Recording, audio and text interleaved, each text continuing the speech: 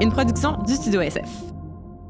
Re-bienvenue à Science Radio, le podcast où on parle d'actualité scientifique et où on répond à vos questions en compagnie de nos invités experts. Je m'appelle Myriam Baudry, je suis nutritionniste et je suis accompagnée de Kevin L'Espérance, épidémiologiste et biochimiste. Ce projet est rendu possible grâce au soutien des fonds de recherche du Québec et du scientifique en chef Rémi Quirion. Si, en plus de Science Radio, vous avez envie d'ajouter plus de science à votre fil d'actualité, à vos lectures quotidiennes, bien, faites comme nous et allez suivre Rémi Quirion, le scientifique en chef, sur ses différents réseaux sociaux. Kev, on parle de quoi aujourd'hui? Aujourd'hui, on parle d'un sujet qui est vachement intéressant. On parle de vapotage. Je pense que ça va intéresser beaucoup de personnes à la maison parce que c'est un phénomène relativement récent. Puis on voit une hausse dans les dernières années des personnes qui vapotent. Et ce que j'ai trouvé intéressant dans cet épisode-là, c'est qu'on déboulonne un mythe concernant la vapeur d'eau dans les petits dispositifs de vapotage. Est-ce qu'on fume la vapeur d'eau pour vrai ou non? Mais on adresse cette question-là aujourd'hui. Et on a eu la grande chance, en fait, d'être accompagné du professeur Mathieu Morissette, qui est professeur à l'Université Laval, donc qui est descendu de Québec à Montréal pour venir parler de vapotage avec nous. Professeur Morissette a plus de 10 ans d'expérience en recherche sur le vapotage et plein d'autres années de recherche sur le tabagisme. Hyper éloquent, vraiment intéressant à écouter. Et effectivement, je suis d'accord avec Kev, le mythe de la... Ou le pas mythe, on ne sait pas. Ah, on ne sait pas. On ne sait pas, de la vapeur d'eau. On vous laisse la surprise. On vous laisse écouter. Bonne écoute.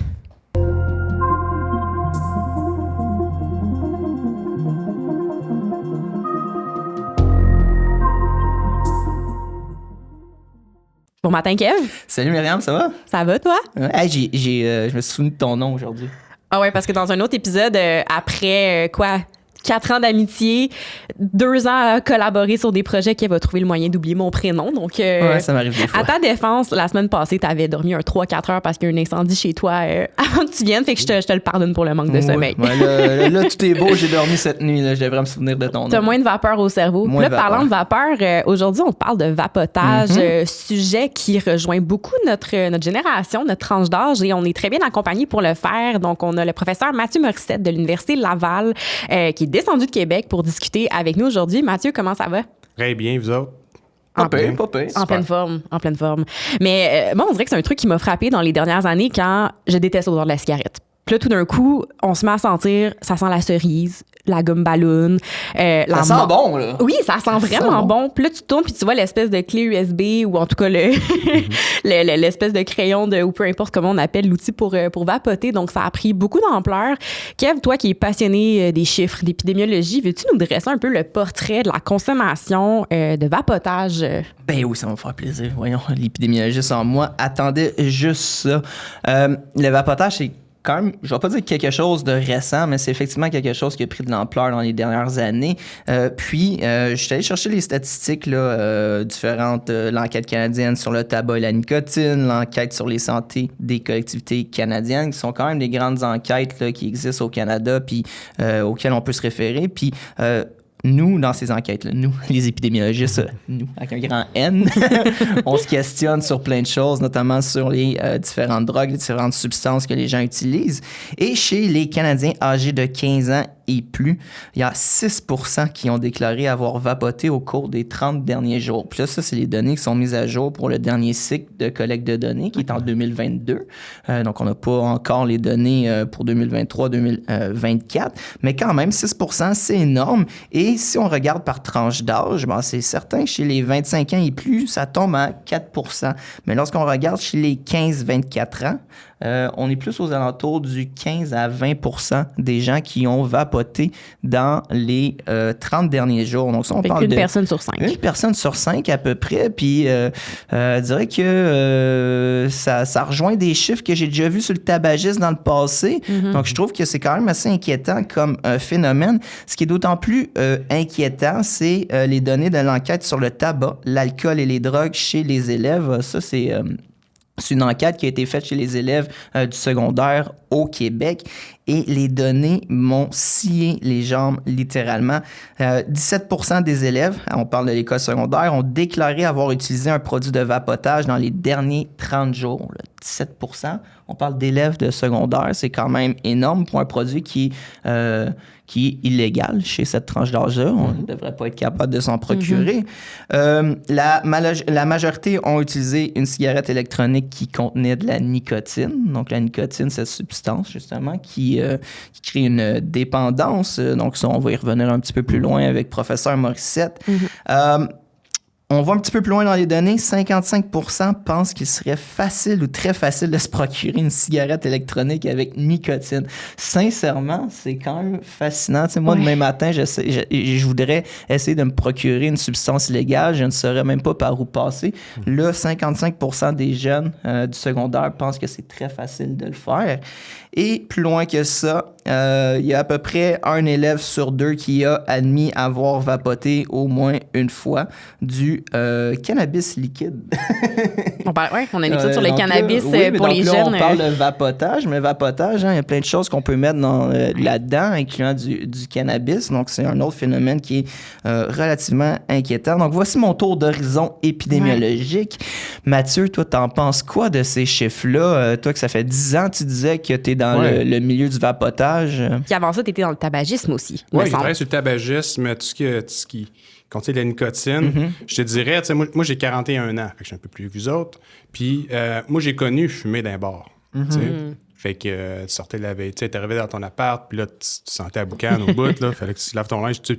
Aucune chance que tu remettes ton linge le lendemain, là, impossible. Non, c'est clair. Puis là, ben, il y a eu les lois qui sont passées, l'interdiction des endroits publics. Fait que tu sais, tout vécu ça. Puis si on regarde la progression du tabagisme au Québec puis au Canada, c'était en déclin. Hein. C'était fulgurant. Puis encore, si on recule, tu mentionnais que c'était une habitude qui était relativement... qui n'était pas si récente. Ben, tu sais, quand on regarde le tableau des habitudes, là, ben, c'est une habitude qui est très récente. 10 ans, le recul pour une habitude, c'est pas très long. Puis si on parle de point d'inflexion, vraiment, parce qu'au Canada, ça s'est plus démocratisé. Là. Puis, bref, il y avait de moins en moins de jeunes qui étaient dépendants de la nicotine à des niveaux qui étaient très bas. Là. On dépassait le seuil du 5% et moins. Là, t'sais. Puis là, le vapotage est arrivé. Puis là, ce qu'on voit, c'est une recrudescence de la nicotinodépendance. OK?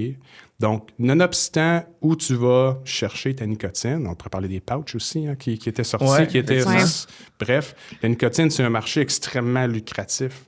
Donc, malheureusement, il y a une recrudescence des gens qui dépendent de la nicotine. Puis souvent, ce qu'on entend à propos du vapotage, il y a eu beaucoup de débats avec le tabagisme et ces choses-là.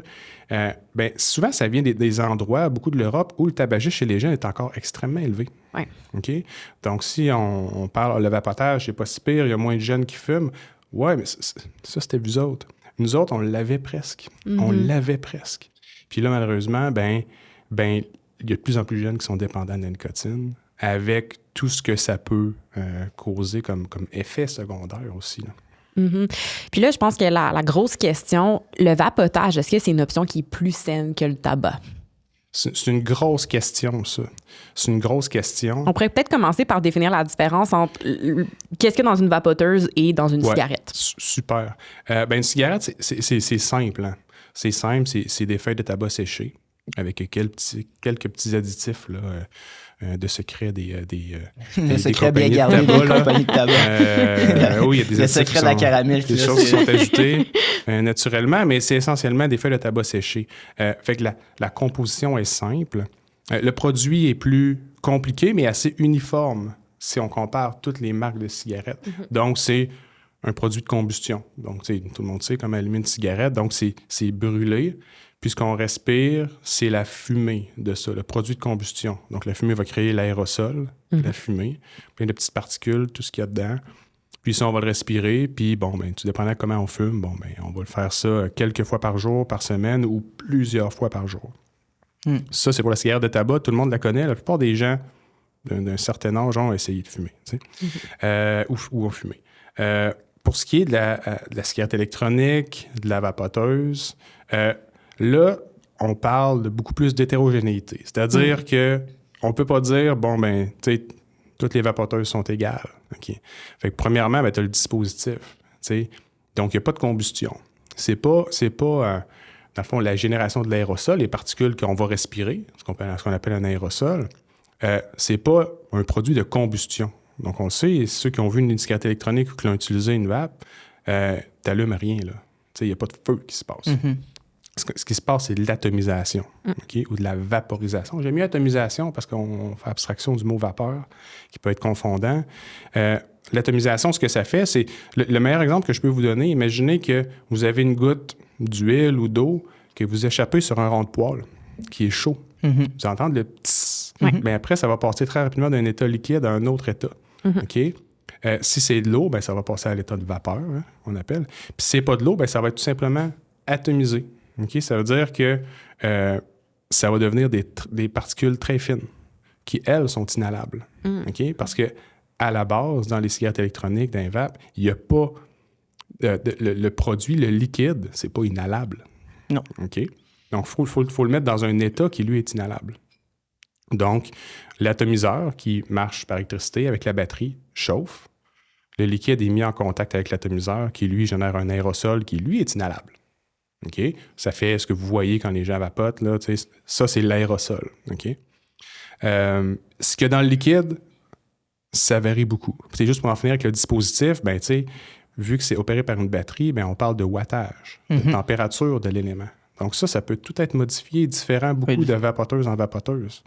Il y en a qui peuvent avoir un atomiseur qui va chauffer à moins haute température, d'autres qui ont une batterie plus puissante ou une résistance un peu plus élevée qui va monter, encore une fois, la température. Fait que là, on a une variabilité dans la température de génération de l'aérosol qui peut générer, en chimie, des sous-produits non désirés aussi. OK? Ça, c'est une autre chose. Puis, dans le liquide de vapotage, là, on peut retrouver plein de trucs. On parle de nicotine. OK? Mais honnêtement, tout ce qui se solubilise dans ce liquide-là peut être ajouté. Des gens qui peuvent vapoter des drogues dures s'ils veulent. C'est vrai. OK? Si ça se solubilise, ça marche. Puis, l'histoire, c'est que le véhicule, donc la base de ce liquide-là, qui est le propylène glycol et ou le glycérol, ben c'est des agents qui sont super bons pour solubiliser différentes choses. C'est pour ça qu'ils ont été choisis, entre autres. Ça, puis pour le fait qu'ils peuvent être atomisés à une relativement basse température. Ce qui nous amène vers un mythe que les liquides de vapotage contiennent de l'eau. Avec ces dispositifs-là, c'est impossible de vapoter de l'eau. Hein. Ça a une inertie thermique qui est très, très forte. Ça veut dire que ça prend beaucoup d'énergie pour faire passer la... On va réchauffer en titi, là. On va le réchauffer, puis ça sert beaucoup trop chaud. Bref, ça ne fonctionne pas. OK? Puis en plus, ben, c'est pas tous les produits qu'on veut utiliser qui sont solubles dans l'eau. Donc, juste pour être certaine que les auditeurs aient bien compris, la vapeur qu'on retrouve dans les vapoteuses, ce n'est pas de l'eau. Non, c'est pas de l'eau. Wow. C'est pas de l'eau. Puis ça, faut pas, les gens qui le savent pas, ou même les utilisateurs qui le savent pas, faut pas se sentir nono. Je donne des conférences. À chaque fois que je donne des conférences, il y a des gens qui disent « Ouais, mais c'est juste de la vapeur d'eau. » Qu'est-ce que ça fait? Fait que souvent, les premières choses que je vais dire, ben, je vais décrire dans le liquide, puis je vais dire, ben non, il n'y en a pas d'eau. Puis ça, ben, c'est à tous les niveaux, au niveau médical même, des médecins qui disent, bon, ben, tu sais, c'est juste de l'eau, il n'y a rien là. Non. OK? Fait qu'il y a beaucoup d'inconnus sur ce qui est contenu dans le liquide de vapotage. Puis je vous dirais que, tu sais, l'industrie qui vend ces composés-là, ça la dérange pas trop, là. Okay. Non, c'est une industrie qui a de l'expérience. C'est la même industrie que le tabac. Ils ont les techniques marketing, ils ont les ressources, justement, pour nous tromper, là, aussi, sur ces choses-là. Puis je trouve pas ça anodin, le fait que ce soit nommé vapotage, justement. L'idée de vapeur, quand on pense à vapeur, on pense souvent à ça, là, tu sais, de l'eau qui bout, on pense à cette vapeur-là. Donc, peut-être aussi que ça vient de là, ce mythe-là, qui est quand même tenace, persistant. Les autres composés aussi, il faut se dire que, tu sais, souvent, on veut comparer avec la cigarette de tabac. Bien, la seule chose qui est en commun entre la cigarette de tabac puis le vapotage, c'est la présence de nicotine. That's it. C'est totalement différent, le processus puis les constituants des deux entités, soit la cigarette ou les vapoteuses. On peut retrouver un peu de saveur dans les cigarettes de tabac ou dans les cigares, par exemple. Mais lorsqu'on parle de vapotage, ben là, les saveurs, ils prennent beaucoup de place. Exact. OK? Puis ça, ben, tu sais, présentement au Québec, c'est rendu illégal, sauf les saveurs de tabac, menthol. Mais lorsqu'on parle de saveurs... C'est pas illégal, les saveurs de tabac, menthol? Tabac, menthol, non, c'est encore... Je pensais que c'était... Non, sont encore Pourquoi? permis. mais même à ça, je pense que le marché noir pour se procurer des saveurs funky est les gens sont capables plus de... loin que ça, Ouais. je crois que les lois aussi, il y a des loopholes, puis de ce que j'ai entendu, puis là, c'est peut-être quelque chose qui serait à vérifier, mais si tu as un permis de dépanneur, tu peux vendre les saveurs comme un additif alimentaire régulier dans un déjà tout fait, là, que tu as juste à vider dans ton liquide à vapotage qui est vendu sur tes étages de l'autre côté. Donc, tu sais, il y a des loopholes qui existent encore, les lois sont pas parfaites encore pour prévenir ces choses-là. C'est un bon exemple. Il faut en parler de ça. Les additifs de saveur, ils vendent ça souvent, c'est des shots. C'est même écrit pour ajouter, par exemple, dans des alcools ou des choses comme ça. Mais tu sais, regardez la bouteille, là, c'est la même bouteille qu'un 30 ml de liquide de vapotage. Oh, oui, c'est ça. C'est la même chose. C'est fait pour que tu n'aies pas à faire de calcul, puis tu mélanges les deux. Puis il y en a d'autres aussi que c'est par exemple, c'est des petits embouts que tu peux mettre sur le bout de ta vapoteuse. Puis dedans, il y a des molécules de saveur. Fait que tu vas la craquer un peu comme un glow stick. Là, tu les craques. Puis là, l'aérosol va passer à travers cette matrice-là qui contient plein de saveurs. On va prendre les saveurs, puis tu vas pouvoir les goûter. C'est une industrie. Hein, les gens, peu importe, la créativité est là. Hein. Fait que même si c'est dans un but noble ou pas noble, l'être humain demeure créatif. Hein.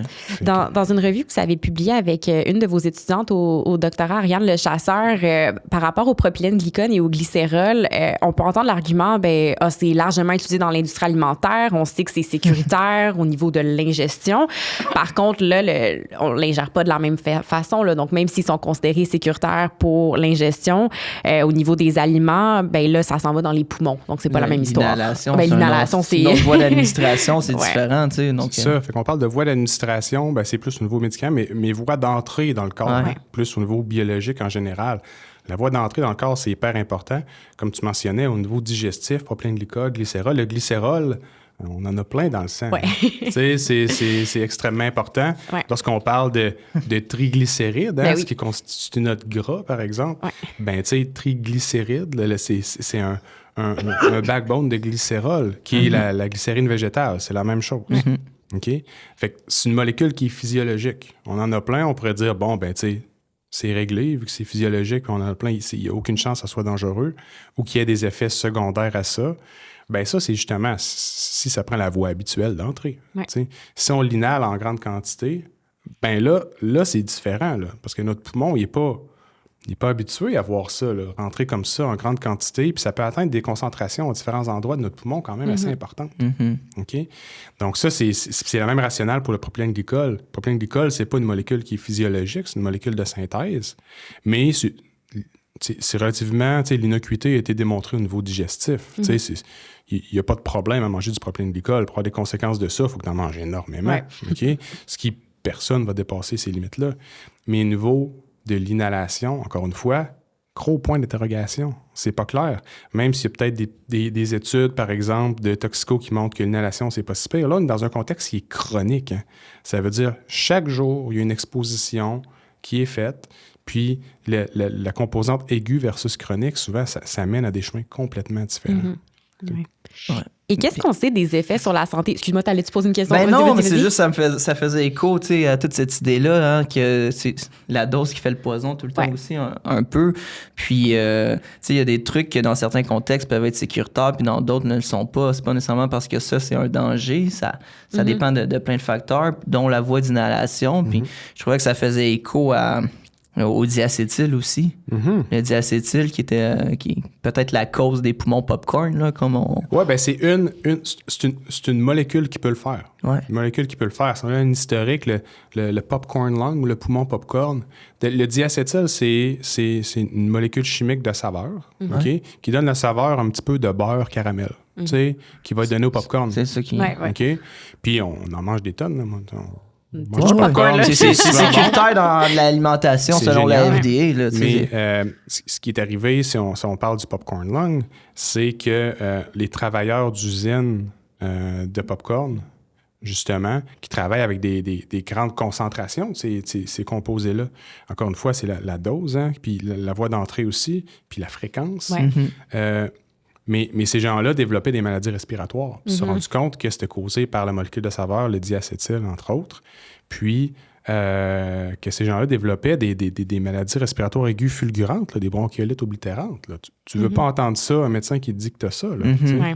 Donc, c'est pourquoi ça a été appelé le popcorn lung. Ouais. Mais c'est un peu comme une preuve de concept, si on veut, que des molécules de saveur qui sont utilisées dans le domaine alimentaire, qui sont utilisées tous les jours dans le domaine alimentaire, ben, s'ils sont inhalés, c'est des choses complètement différentes qui peuvent arriver. Fait quand on a ces espèces de preuves de concept-là ou des molécules types comme ça, puis là, ben après ça, on rouvre le carnet de toutes les saveurs qui sont utilisées pour le vapotage, pour lesquelles on n'a aucune donnée toxicologique respiratoire, que ce soit aigu, mais encore moins au niveau chronique. Ça, tu sais, c'est un peu épeurant du point de vue d'un biologiste respiratoire. Comme moi, quand on comprend à quel point des molécules qui semblent non dangereuses dans un système peuvent l'être dans un autre, comme le système respiratoire, mais aussi à quel point le poumon est bon pour nous défendre. Puis là, on apporte l'aspect de chronicité. C'est pas parce que, exemple, on a une habitude, on vapote pendant 1 an, puis qu'on n'a rien, qu'on n'aura jamais rien. Notre poumon, c'est notre bouclier, il nous défend. Okay? Même chose qui va nous défendre contre la cigarette. Si vous parlez de quelqu'un que ça fait 2 ans qu'il fume, peut-être qu'il tousse et qu'il crache un peu plus, mais c'est pas mal tout. Okay? Mais justement, son poumon le défend jusqu'à temps qu'il puisse plus le défendre. Okay? Puis ça, ben, c'est cette portion-là qu'on n'a pas avec le vapotage aussi. C'est le niveau chronique puis à long terme. Puis Donc, juste pour recap cette petite section-là, là, on a parlé du dispositif. L'atomisation, c'est vraiment le mécanisme qui fait qu'on peut générer cette vapeur. Puis là, je mets des guillemets à cette vapeur-là qu'on inhale, dans laquelle on retrouve des particules. Puis ces particules-là sont quasi infinies puis incontrôlables parce qu'il n'y a pas de normes là, sur ces produits de vapotage-là. On ne sait pas c'est quoi nécessairement tous les produits qui se retrouvent dans ces choses-là. Le fait d'inhaler des particules en soi, c'est pas la fin du monde. On inhale des particules à tous les jours. Notre poumon est fait pour se débarrasser de ça. C'est juste un mode d'acheminer ce qu'on veut, la nicotine, par exemple, jusque dans notre cerveau. On ne veut pas l'acheminer dans le poumon. Non. On veut utiliser le poumon, puis tous les vaisseaux sanguins. Une bonne partie du poids de notre poumon, c'est du sang. Okay? Puis, tout ce qui va dans notre poumon puis qui peut passer vers le sang, le chemin vers le cerveau est très rapide. La nicotine est capable de le faire, ça se rend directement au cerveau. Donc, puis c'est très rapide, on parle en minutes, dizaines de secondes, minutes. Ça s'est rendu. OK? Puis, donc, en soi, ça, c'est pas la nicotine nécessairement le problème au niveau respiratoire. C'est tout le reste. C'est tout le processus qui est nécessaire à acheminer cette nicotine-là au cerveau. Pour le tabac, la majorité des effets du tabac, la grande majorité des effets du tabac n'ont rien à voir avec la nicotine. Absolument rien à voir avec la nicotine. C'est toutes les autres particules, c'est le moyen utilisé, Ouais. qui est la combustion et l'inhalation de fumée. C'est le moyen utilisé pour envoyer de la nicotine au cerveau, qui est dommageable essentiellement. La nicotine a ses effets dommageables, bien sûr. Mais essentiellement, c'est le mode d'utilisation. Puis une chose, je pense, qui vaut la peine d'être répétée que tu as dit, c'est le fait que le seul point commun essentiellement entre le vapotage et le tabac, c'est la nicotine. Sinon, c'est 2 choses très différentes. Oui, absolument. C'est extrêmement différent. Il n'y a aucune ressemblance. Puis là, au niveau de la nicotine, je ne sais pas si tu as cette information-là, mais la nicotine retrouvée dans les cigarettes électroniques et compagnie, est-ce qu'il y a une certaine fourchette y a-t-il une limite sur la dose de nicotine qu'on peut retrouver? Oui, puis comment ça se compare, mettons, au tabac régulier? Puis encore, les modes d'administration sont pas pareils, là, mais... Si on fait des comparaisons qui sont relativement grossière. C'est pas facile exactement de mesurer exactement ce qui sera au cerveau. Mais lorsqu'on parle d'une cigarette de tabac, on parle d'à peu près d'1 milligramme de nicotine. On s'expose à 1 milligramme de nicotine. Okay? Il y a 1 milligramme qui va être absorbé. Disons ça comme ça. Okay? 1 milligramme pour une cigarette. Un paquet de 25 cigarettes, 25. Un petit paquet, 20. Du paquet. J'ai travaillé dans le dépanneur longtemps. Il y en a 5 de moins, du paquet. J'en ai vendu des cigarettes beaucoup. C'est ironique, ça. Oui, c'est j'adore. Ça. Dans un DEP, mais oui. Puis lorsqu'on parle d'une cigarette électronique, d'une vapoteuse, là, on est en milligrammes par millilitre. OK? Fait que si on parle d'un pod, mettons, rechargeable ou échangeable, si on veut, qui contient à peu près 1 ou 2 ml, OK? Ben, mettons que vous avez la limite maximale légale au Canada, au Québec, qui est 20 mg par ml. Ben, tu sais, ce petit pod-là, il contient l'équivalent de 20 cigarettes en nicotine, à peu près, qui va être absorbé. Puis l'absorption avec la nouvelle forme de nicotine qui est utilisée dans la plupart des cigarettes électroniques, qui est la forme protonée. OK. C'est-à-dire? Il y a 2 formes. Je n'étais pas au courant de ça. Il y a la forme en base libre, en anglais, c'est freebase. C'est la nicotine, soit d'un extrait ou synthétique, mais au niveau de la gorge, c'est très... tu sais, le pH, c'est pas bon. C'est harsh, c'est irritant. OK? Fait que lorsqu'on dépassait 20, c'était pas le fun. C'est pas du tout agréable. OK? Puis, entre autres, je pense que c'est la compagnie, justement, Juul, qui a eu le brevet de ça. La forme protonée de nicotine, avec l'acide benzoïque, entre autres, qu'ils prennent, ça change la conformation de la nicotine, disons ça comme ça, mais ça la rend beaucoup plus tolérable, OK, à haute concentration. Fait que c'est pour ça qu'avant qu'il y ait des lois, puis il y en a encore, on peut tout acheter en passant, là, n'importe quoi, peu importe les légales, pas légales, âge, pas âge. On n'en fera pas à promotion, mais non, mais malheureusement, c'est côté santé publique, c'est ça. On peut monter jusqu'à 60 mg ml. Ils s'en achètent. 60 mg ml. Donc là, c'est l'équivalent 60 mg ml. L'équivalent de 3 paquets de cigarettes dans un pod, c'est ça? Ouais.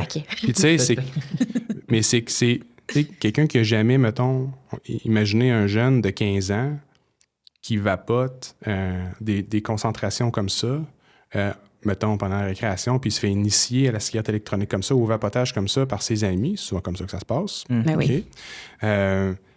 C'est un hit incroyable. C'est sûr. C'est un feu d'artifice dans la tête. Là. Je peux vous garantir que dans son après-midi, là, après la pause, là, il n'est pas là. Mais non, c'est sûr. Là. C'est too much. Fait que c'est très facile de s'exposer à des très grandes quantités de nicotine avec la vape parce que, de un, c'est concentré. Puis de deux, t'as pas, tu sais, mettons fumer une cigarette au complet. C'est pas facile rapidement. Pourquoi? Non. Parce que beaucoup de monoxyde de carbone, c'est de la fumée. C'est irritant. Il y a une hypoxie qui s'en vient avec ça. On peut pas faire ça d'une puff, là. C'est pas facile. Il faut que tu manques d'air, OK? Mais vapoter, c'est facile. Il y a plein d'air qui rentre en même temps. Il n'y a aucun problème. C'est un dispositif que tu peux avoir sur toi tout le temps. Ça passe inaperçu. On voit les gens vapoter à l'intérieur, même si les lois... Ça passe inaperçu. Si tu n'as pas de saveur, ça va sentir... Zéro. On est dans un podcast, mais je me souviens d'avoir été invité dans un podcast où les 2 animateurs vapotaient pendant l'épisode. Oui. C'est facile. Faut pas juger les gens qui vapotent et qui fument parce que c'est vraiment une addiction. C'est vraiment... C'est pas désagréable. Puis il y a personne qui se lève le matin à 5 ans puis se dit « Moi, je vais être un fumeur dans la vie. » c'est pas un jugement, c'est le fait que c'est tellement facile, accessible n'importe où, alors que la cigarette, il faut que tu sortes dehors. Alors que là, le vapotage, tu fais ça tranquille ici. Puis essayez pour le fun dans votre journée. Si on parle, on pense à nos parents, nos grands-parents, des fois, il y a des types d'emplois c'est plus facile de le faire. Fumer 2 paquets par jour. Il n'y a plus de fumeur qui fait ça. Tu peux plus fumer au travail, tu peux plus souvent, c'est juste si tu es à la maison. OK? Mais des gros fumeurs, il y en a beaucoup moins. OK? Puis ça, c'est bien démontré, le nombre de cigarettes par personne a diminué avec le temps à cause d'une espèce de pression sociale qui s'est mise là-dessus. Ça te prend 10 minutes de fumer une cigarette. À un moment donné, le temps est limité dans une journée. Une cigarette. Juste une. Juste une. T'en as 50 là, avec 2 gros paquets là, dans ta journée à faire. C'est énorme. Okay? C'est 500 minutes, c'est du stock. C'est de l'ouvrage. Mais vapoter, c'est beaucoup plus facile. Si tu fais attention aux saveurs et tout, tu peux vapoter vraiment incognito. Fait que le point étant que tu deviens dépendant et demeures dépendant à des grandes quantités de nicotine. Puis plus tu es dépendant à des grandes quantités de nicotine, plus c'est difficile d'être sevré. Oui, absolument. C'est comme n'importe quoi. Oui. Donc, même avec la vapoteuse, le risque de dépendance est présent parce que la nicotine, et c'est peut-être encore plus facile de l'atteindre et de se sevrer parce que les doses qu'on obtient sont beaucoup plus élevées qu'avec une cigarette. C'est possible d'être dépendant des doses plus élevées, mais c'est la même molécule. Ouais, c'est la même chose. Ce qui se passe dans le cerveau, c'est la même chose. Puis malheureusement, c'est ça, mais c'est que l'accès aux doses élevées, Ouais. aux concentrations élevées sont beaucoup plus faciles. Puis si on revient au propylène glycol et glycérol, parce que, bon, il y a beaucoup d'hétérogénéité entre les différents types de cigarettes électroniques, mais typiquement, le propylène glycol et glycérol vont pas mal toujours s'y retrouver pour permettre de solubiliser les substances.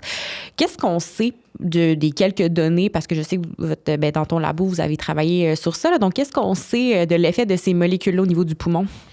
Les données sont essentiellement dans les modèles précliniques. OK, donc sur les Les animaux. précliniques, c'est les animaux. Ouais. OK? Les animaux, c'est une belle façon d'essayer de comprendre rapidement la toxicologie de quelque chose. OK? Ou qu'est-ce qui se passe au niveau biologique fondamental un petit peu plus. OK? Pour ce qui est chez l'humain, je peux le régler assez vite. L'exposition aiguë au propylène glycol ou au glycérol, par exemple, une personne va apporter juste du propylène glycol ou du glycérol. Ça, on l'a fait, cette étude-là, une étude comme ça qu'on a publiée, je pense, en 2017. Les gens vapotaient pendant 1 heure juste du propylène glycol, du glycérol, des gens qui n'avaient jamais vapoté. Je suis pas sûr qu'on pourrait le refaire, cette étude. Ça, je m'en ai dit, ça passe. C'est vrai, 2017 mais c'est quand nouveau. même. Mais on n'aurait pas pu utiliser de nicotine, par exemple, parce que c'est des gens qui étaient naïfs à nicotine. Ah ouais, je comprends. Fait que là, c'était juste propylène glycol, Ouais. glycérol. On disait, bon, ben là, on va avancer dans cette recherche-là. Ouais. C'est approuvé par le comité d'éthique. Je pense que ça pourrait repasser, mais tu sais, parce que il n'y a pas d'effet. Bref, on a montré qu'il n'y avait pas d'effet aigu. Incroyable. OK. Parce je peux pas te dire, Kevin, s'il te plaît, pourrais-tu vapoter tous les jours Pendant 5 ml de propylène glycol et ou de glycérol pendant 1 an, puis viens me revoir. Ouais. Ça marche pas, ça. Effectivement. OK? L'exposition aiguë, correcte. Puis ce qu'on voulait voir, c'est, par exemple, comme quand il y a des expositions à des agents nocifs, le chlore, par exemple, ou l'ozone, ben nos voies respiratoires vont répondre à ça. Il y a une détection qui se fait au niveau pulmonaire. Il faut comme, oh, là, je respire quelque chose qui m'endommage. OK? Fait qu'il peut y avoir une bronchoconstriction. OK? Il peut y avoir une production de médiateurs inflammatoires aussi. Ça, avec le propylène glycol puis le glycérol, pendant une session d'1 heure, là, c'est pas long, là, on n'a pas vu de ces effets aigus, là. OK? Ça veut pas dire qu'il se passe rien à plus long terme si on le fait tous les jours, non-stop, pendant plusieurs mois, C'est années. difficile à étudier chez l'humain. Là. Mais difficile à étudier chez l'humain. Fait que présentement, tout ce qu'on a de chez l'humain, c'est une cohorte d'études où on suit des gens qui vapotent.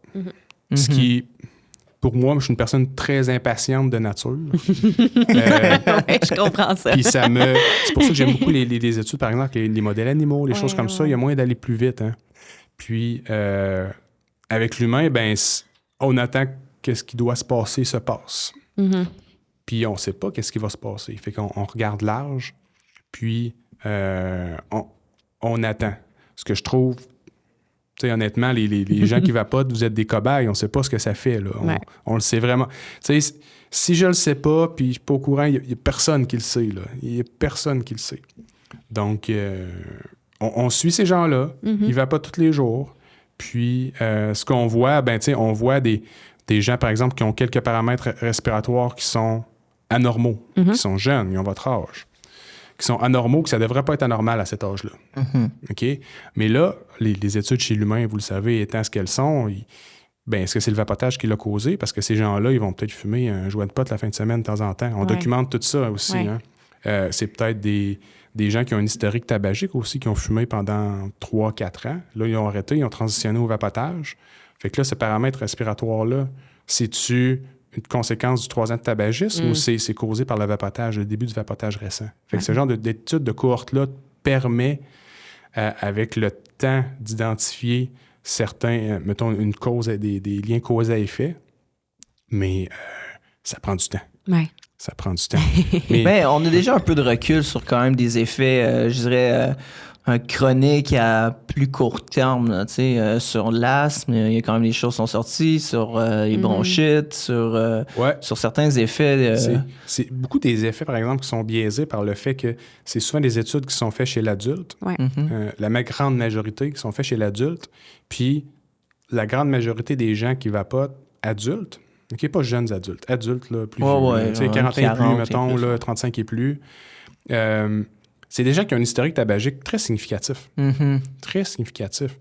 Donc, ou sinon concomitant, qui fument encore en même temps qu'ils vapotent. Donc, ces études-là, c'est pas simple. Il y a une étude, justement, un papier qui a été décrié, c'est une étude épidémiologique parce que ça a ses biais naturellement. Hein. Puis ce qu'ils se rendaient compte, c'est que le fait de vapoter, ce qu'ils documentaient, le fait de vapoter augmentait les risques de MPOC, maladie pulmonaire obstructive chronique, qui est une maladie associée au tabac. Fait que là, tout le monde disait, bon, le vapotage va causer le tabac. Non, c'est juste que c'est des gens qui avaient fumé pendant 30 ans, qui étaient devenus soit symptomatiques ou pas, ou avaient consulté, puis avaient transitionné vers le vapotage, puis avaient reçu, quelques temps après, un diagnostic d'MPOC. Alors que c'est impossible que le vapotage puisse faire ça en si peu de temps. C'est une maladie que le tabac prend des décennies à faire. Fait que c'était teinté, si on veut, par ça, parce que c'était justement chez des gens... Il n'y a personne de 30 ans qui va développer une MPOC. Non. Normalement, il y a toujours le 0.05 en quelque part. Là. Mais... fait que c'est des gens plus vieux. Fait que ces études chez la population plus âgée du vapotage, le tabac est trop important dans ces études-là. C'est difficile de voir. Fait que c'est plus des études chez les jeunes, un peu comme l'étude qu'on fait. C'est des gens qui sont majeurs, mais qui sont jeunes. Qui n'ont pas d'historique tabagique derrière, qui sont vapotage exclusif. Puis, donc ça va. Non, ça c'est une autre affaire. Dans le domaine, on les appelle les licornes, ces gens-là. Parce qu'il y en a peu. Il y en a peu, parce que ce qu'on voit, c'est que les gens qui vapotent sont des polyconsommateurs.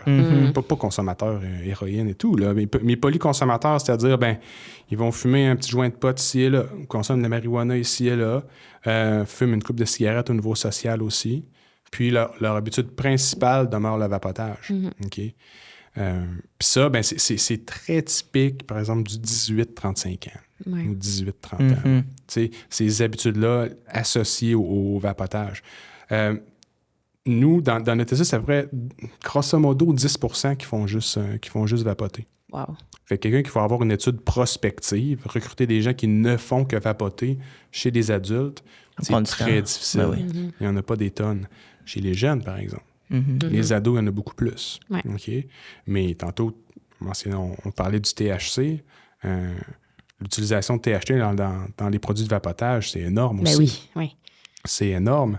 Puis là, on sort de la nicotine comme produit psychoactif, si on veut, là, qu'on cherche pour avoir l'effet, parce que la nicotine a son effet. Ça ne veut pas juste créer la dépendance. Là, c'est satisfaisant. Là, quelqu'un qui, je sais pas, qui va pas bien, qui est un peu anxieux, va vapoter ou consommer de la nicotine.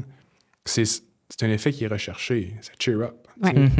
Puis, mais le THC, c'est complètement différent. Là, on a fait tout un épisode sur le THC et le cannabis là, qui va d'ailleurs sortir là, bientôt. Je sais pas.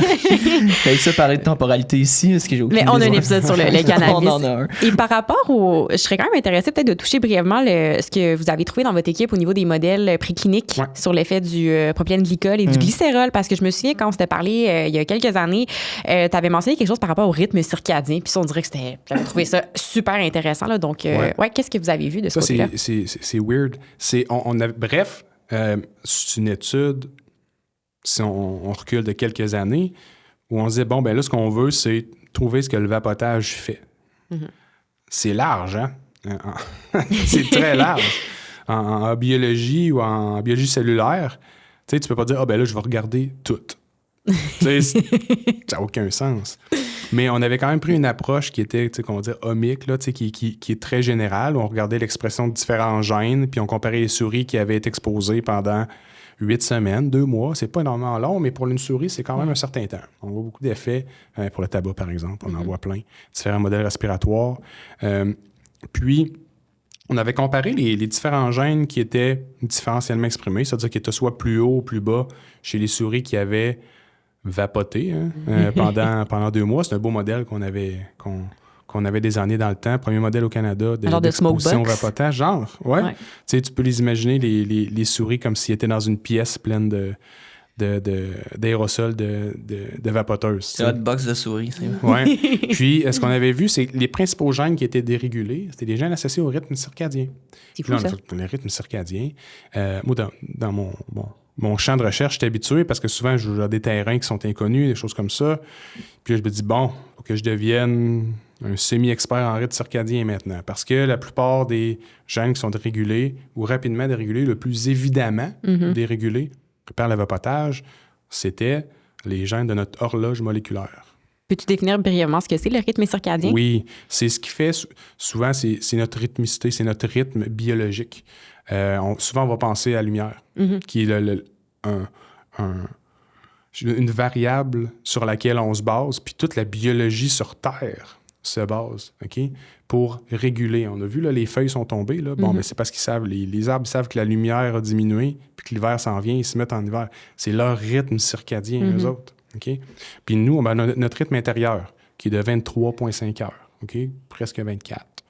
Puis, ben ça, c'est une horloge moléculaire qui fait un tic-tac, mais c'est de la régulation de gènes. OK? Des gènes qui montent, puis quand ils sont rendus à une certaine hauteur, ils répriment d'autres qui remontent. Puis ça, ben, ça a un rythme. C'est un rythme génétique, si on veut, de transcription. Mais ça, c'est extrêmement important. Notre système immunitaire dépend de ça. Dans notre poumon, tu as à peu près, je pense, c'est une quarantaine, environ 40% des gènes qui sont exprimés dans notre poumon qui ont un rythme circadien. Nos fonctions respiratoires ont un rythme circadien. Elles sont plus basses le matin, sont plus élevées sur l'heure du midi, vers la soirée, puis après, ça rediminue. OK? Cool. Tout est rythmé. OK? Puis souvent, si vous êtes infecté par un virus, par exemple, bien, vous allez rendre compte que vers 3h30, 4h, 4h30, la fièvre commence. Les symptômes commencent un petit peu plus. OK? Pourquoi? Bien, le système immunitaire, il sait que vous allez vous coucher dans pas trop long, que c'est là qu'il va combattre un petit peu plus. Il vous laissez tranquille pendant la journée, là. Puis là, mais là, il se réactive pendant cette période-là. Donc, énormément de maladies, de composantes immunitaires liées au rythme circadien. Puis, lorsqu'on parle de dommages pulmonaires potentiels, ben on parle d'immunité. Puis, lorsqu'on affecte cette rythmicité-là, soit en vapotant, comme dans l'étude, bien, on est à risque de rendre les différents procédés biologiques pas optimales. Des choses qui devraient être hautes, qui devraient être basses à différents moments, des choses comme ça. Beaucoup d'études, justement, dans le domaine infectieux, lorsqu'on arrête cette horloge moléculaire-là, ben, les animaux sont beaucoup plus susceptibles aux infections. Si on regarde les gens qui travaillent de nuit, ceux qui ont de la misère à se rythmer, ben, ils font des infections plus souvent, plus sévères. OK? Donc, c'est pas juste je sais c'est quand le jour, puis c'est quand la nuit. Puis, c'est pas juste la lumière non plus. La meilleure façon de se rythmer, exemple, vous en allez en Europe demain, c'est de manger aux heures de là-bas. OK? Parce que, oui, pour notre cerveau, la lumière, c'est extrêmement important, mais chaque organe a son rythme circadien, puis c'est essentiellement, oui, subordonné au cerveau, mais aussi dirigé par l'apport calorique, puis l'apport des nutriments. OK? Beau petit lien avec la nutrition. Yes. OK? Pense à la palette, puis, ben, le problème de glycol puis le glycérol, ça peut être utilisé comme source d'énergie. Oui. Fait que si on fait le rationnel, des fois on disait, tu sais, dis que les gens, ils vapotent ou ils respirent des Big Mac. Oh, ouais, hein? C'est weird, mais c'est comme tu respires une source d'énergie. Tu aspires une source d'énergie. Fait qu'imagine comment ton poumon fait comme, ben là, mais une fois que le glycérol, ils sont pas supposés être si élevés que ça. Fait que c'est sûr que lui, il va s'ajuster. Mais cet ajustement-là, est-ce qu'il te rend plus susceptible à quelque chose? Est-ce qu'à long terme, il peut mener à une maladie chronique? On ne sait pas. Fait que cette étude-là sur le cycle circadien, ce qu'on se rendait compte, c'est que ben là, il n'y a rien qui n'est pas affecté par le cycle circadien, par l'horloge moléculaire. Donc, fait que ça ne nous avait pas avancé tant en termes de trouver, est-ce que c'est inflammatoire, par exemple, ou des choses comme ça. T'sais. Mais on s'est dit, Caroline, ça peut avoir un effet extrêmement large. Donc, disons que tu vapotes à la fin de ta soirée à 1h du matin chez tes chums. Pour ton corps, avec le glycérol, propylène glycol, c'est un peu comme si... Ça pourrait être justement, tu viens augmenter tes niveaux de glycérol alors que normalement, ils devraient être normaux. Puis là, ça peut venir... De la même façon, quelqu'un qui mange la nuit va venir impacter. Je sais pas si ça peut avoir un effet aigu aussi intense que ça. Je pense qu'il faudrait que tu en vapotes quand même pas mal. Oui, sans doute. Pas mal. Mais on est beaucoup dans une optique de chronicité. Dans une optique de... Tu vapotes régulièrement, toutes les heures. Tu disais que c'était la dose qui fait le poison. Là. Ben, tu sais, la fréquence fait le poison aussi. Quelque chose à quoi tu vas être exposé une fois à cette dose-là. Intensité, fréquence, quantité. Donc c'est... Fait que, tu sais, c'est surtout cette redondance-là qui mène à des changements. Tu sais, le poumon, il fait ce qu'il peut. Il s'adapte à ça. Tu sais, il n'a jamais eu de problème de glycol puis de glycérol rentré de cette façon-là. Ça n'a pas été soumis à pression d'évolution non plus. Fait qu'il ne sait pas comment réagir, mais bon, il y a des programmes qui vont être initiés, puis il va gérer ça, comme il fait tout le temps. C'est un organe de défense. Fait qu'on ne le voit pas comme ça, notre poumon, mais c'est un organe de défense autant qu'un organe fonctionnel. Absolument. Puis lui, il va gérer ça. Fait que, Donc, même s'il y a beaucoup de points d'interrogation, une chose avec laquelle on a quand même beaucoup de certitude à la lumière de ce que tu dis, c'est que le vapotage, ce n'est pas inoffensif. Ça fait définitivement des effets sur le corps. Puis là, ensuite, c'est de savoir à long terme comment ça va se manifester. Puis, tu sais, je mets beaucoup l'accent sur le côté chronique parce que c'est là qu'on va voir les effets de masse. Ouais. OK? Mais les effets isolés, plus ponctuels, plus rares, on les a déjà vus, ça. Tu sais, on retourne juste un peu avant la pandémie de COVID, là. Il y avait eu aux États-Unis une grosse montée de ce qu'on appelle les EVALI, en français les MPAV, maladies pulmonaires associées au vapotage. Ouais. Puis ce que ça l'a mis en lumière, entre autres, c'est que les agents adultérants, c'est-à-dire les agents qui vont être introduits dans les liquides de vapotage pour une raison X, souvent c'est changer la viscosité du liquide, le rendre plus facilement vapotable. Ça peut avoir des conséquences très sérieuses. Il y a eu des morts aux États-Unis, des gens qui ont été aux soins intensifs, il y a des gens qui ont été hospitalisés sérieusement, juste parce qu'il y a des gens qui ont décidé qu'ils mettaient de l'acétate de vitamine E pour rendre le liquide un petit peu plus visqueux, là, entre autres associé avec des extraits de cannabis ou des produits qui contenaient du THC. Mais ça a montré que, tabarnouche, on n'en connaît rien. Puis moi, ce qui me flabbergastait, c'est qu'avant ça, il y avait tellement eu de sorties, même de sociétés savantes, qui disaient « On le sait, les données sont bonnes, le vapotage, il n'y en a pas de problème. » Des choses comme ça. Puis après ça, bang, c'est arrivé comme une grosse claque d'en face. Tu sais, il ne faut pas être trop prétentieux. Hein? Tu sais, vous savez, en science, quand on le sait pas, on le sait pas. Puis, tu sais... Je pense qu'il y a un principe de précaution qui s'applique là aussi, ou qui aurait dû s'appliquer dans le sens que il y a des substances qu'on retrouve dans ces choses-là qu'on sait déjà qui peuvent être dommageables pour la santé. Ouais. Puis ces substances-là, comme l'acétate de vitamine E, c'est facile de les trouver et de les identifier. Ça tue du monde. On est bon pour trouver des affaires qui pognent en feu vite, là, ça brûle fort. Mais toutes ces choses-là au niveau chronique, ou par exemple d'autres produits qui vont être mis de façon, je sais pas, fréquente, mais que quelques personnes peuvent être sensibles à ça. Par exemple, on parle des saveurs. Okay? Il y a plusieurs de ces molécules de saveurs-là, il y en a des centaines. Hein? Des centaines. Et les saveurs monomoléculaires, je vous dis c'est quoi? Comme la banane. Juste une molécule chimique, là, c'est la saveur de banane. Celle qui met dans le sirop de banane. Oui, c'est ça. C'est juste une molécule qui fait ça. C'est pas bon. C'est écœurant. Moi, j'adore ce goût-là synthétique un peu. Mais il y a des saveurs, comme les saveurs de tabac, par exemple, des saveurs plus complexes, que la majorité des liquides de vapotage contiennent. Ben, ça saveur de tabac, tu dis? Oui, il y a des saveurs de tabac. Ça goûte le... Ben, pas tant. Pas tant. Mais tu sais, c'est des arômes. Ça prend 3, 4, 10, 12 molécules, une recette pour créer cette saveur-là puis cette odeur-là. Comme faire un parfum, tu sais. Ben oui, c'est ça, des fragrances. C'est exactement la même chose. Puis c'est drôle que tu parles de parfum parce qu'il y a beaucoup de gens, par exemple, qui, lorsqu'ils se mettent des produits de beauté, ça peut être des parfums aussi, des crèmes, ils peuvent développer des dermatites, dermatites allergiques ou des choses comme ça. Ben ça, c'est pour la peau. Ça, c'est un organe. C'est un organe immunitaire très important, la peau. Absolument. Bien là, au niveau respiratoire, il peut se passer exactement la même chose. Il y a plusieurs de ces saveurs-là qui sont connues pour être ce qu'on appelle sensibilisantes, qui ont un potentiel de créer une réaction de sensibilité chez la personne. Puis c'est pas une sensibilité, comment je dirais ça, émotionnelle, là. C'est biologique, immunologique. Ton système immunitaire a décidé qu'il reconnaissait cette molécule-là comme un agent qui cause du dommage, puis il va répondre contre ça. OK? Donc, on a des preuves au niveau cutané que c'est très clair que ça existe. Puis au niveau respiratoire, bien, il y a eu plusieurs rapports de cas des gens qui développaient des maladies pulmonaires associées au vapotage. OK? Puis la présentation, c'était très semblable à des pneumonies d'hypersensibilité. Parce que ça existe au niveau respiratoire, des pneumonies d'hypersensibilité. Ça peut être, on parle du poumon de fermier, par exemple. Des gens qui étaient exposés fréquemment à un même antigène qui va causer ces choses-là. Le foin qui était mouillé. Genre une réaction allergique un peu. De type allergique, mais qui va devenir plus symptomatique, puis encore qui peut changer la forme. Ces gens-là pouvaient finir par faire de la fibrose pulmonaire. Oh là là. Là, on parle d'une maladie qui peut tuer sérieusement. Le diagnostic de fibrose pulmonaire, c'est jamais très bien. Mais là, on parle d'une quantité de personnes extrêmement importante, de bas âge aussi, qui s'exposent au niveau respiratoire à ces molécule potentiellement sensibilisante. Là. On va dire, ouais, mais là, si c'était si pire que ça, tous les gens qui vapotent des saveurs, ils seraient symptomatiques et tout. C'est pas tout le monde qui se met de la crème qui développe un rash. OK? Fait que là, on ajoute le concept de variabilité individuelle. OK?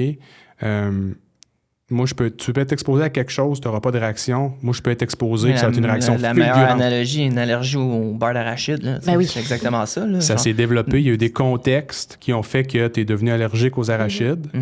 Puis que moi, j'ai pas été exposé à ces contextes-là. Mon système immunitaire n'a pas pris cette décision-là. Mais lorsqu'on expose une masse à des molécules qui ont un potentiel X, ben là, ça va arriver. Ben oui. Puis ça arrive. C'est que c'est peut-être difficile à diagnostiquer. Ouais. Tu sais, quelqu'un qui se présente avec ça à l'hôpital, qui a une dyspnée, ils vont dire, on sait pas trop c'est quoi, pourquoi.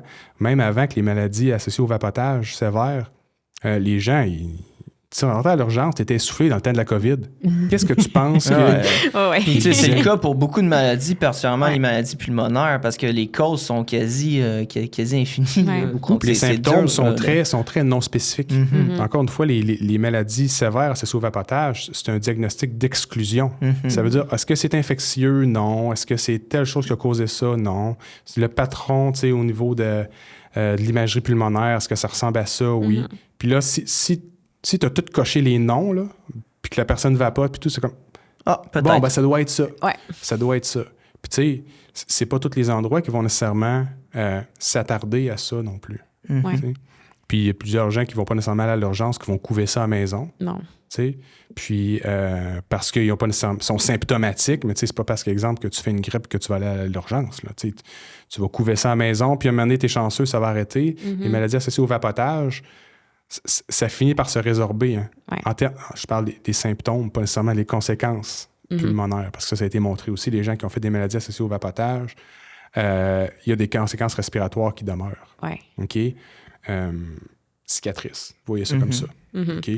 Mais les gens qui ont couvert ça à la maison, oui, c'est sûrement moins sévère parce qu'ils n'ont pas besoin d'être intubés aux soins intensifs. Mais ça ne veut pas dire qu'ils ne s'exposent pas à ça. Ils arrêtent de vapoter. Quand tu ne files pas bien, ben, ils vapotent moins. C'est pas intéressant. Ouais.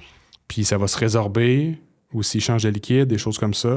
Ça ne veut pas dire que ça ne va pas revenir. Fait que là, on rentre dans un cycle. Ouais. Puis c'est toutes ces choses-là là, qui, après 5 ans, 10 ans, tu te ramasses, tu consultes, c'est comme, tes fonctions pulmonaires sont rendues à 60%. Ouais. Qu'est-ce qui se passe? Qu'est-ce qu'il y a? À la radiographie, il y a ça qui sort.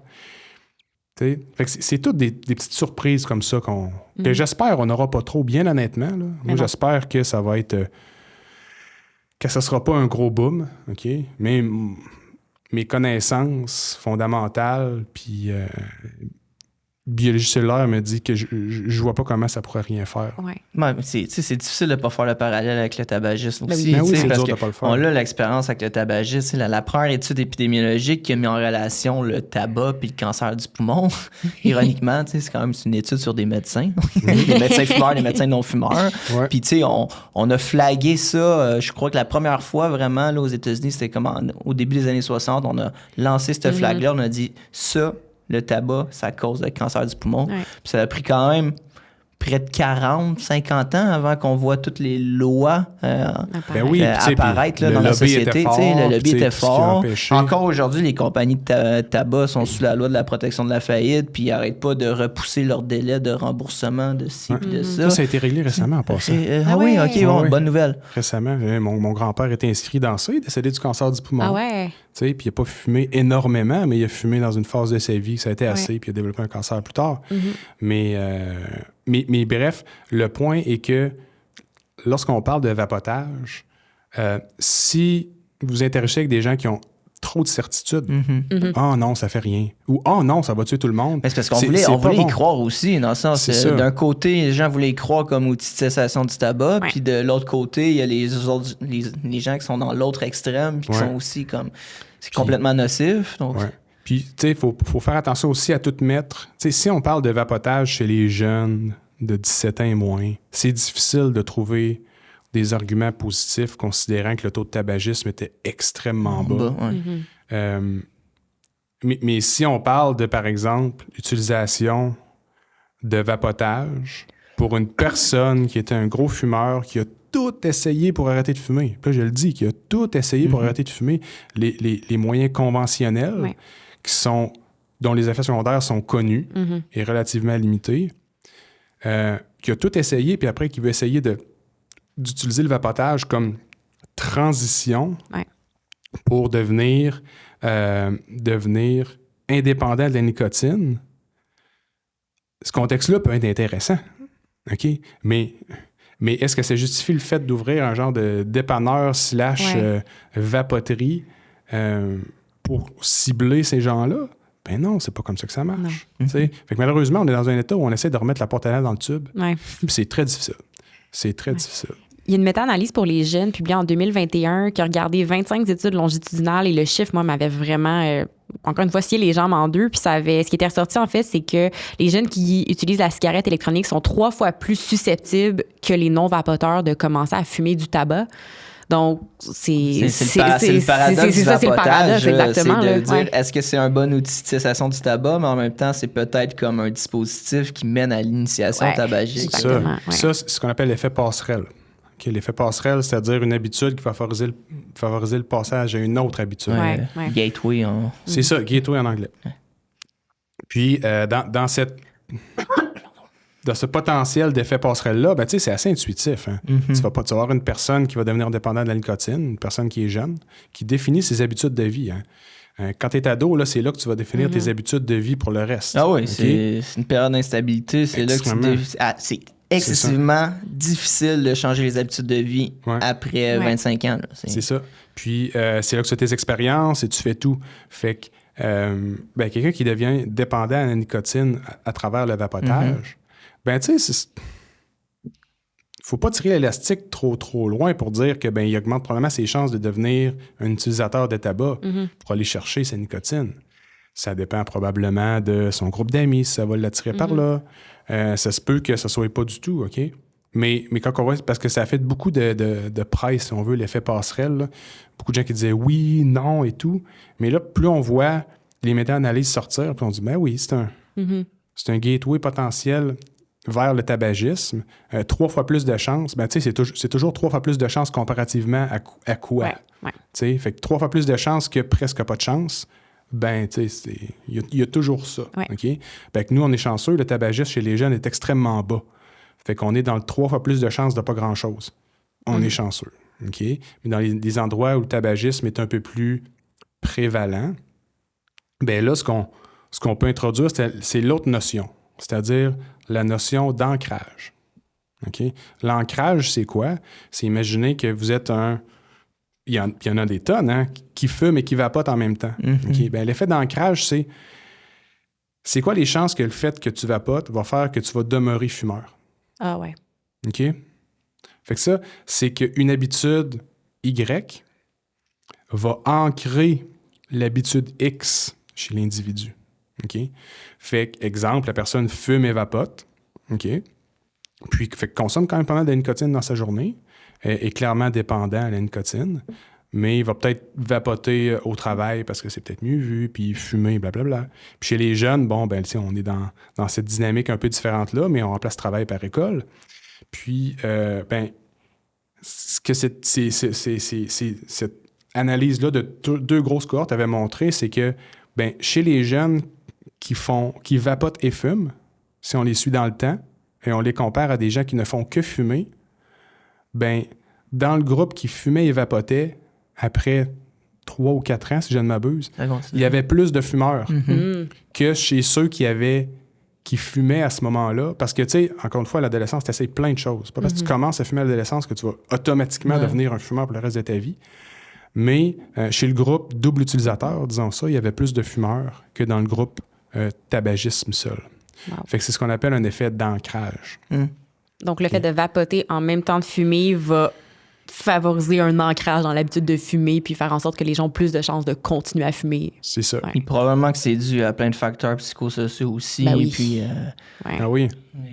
Les saveurs aussi. Ouais. C'est sûr puis, que ce qui est intéressant aussi, si on compare le tabagisme et le vapotage, j'aime pas trop les comparer, mais c'est des habitudes qui se ressemblent quand même. OK?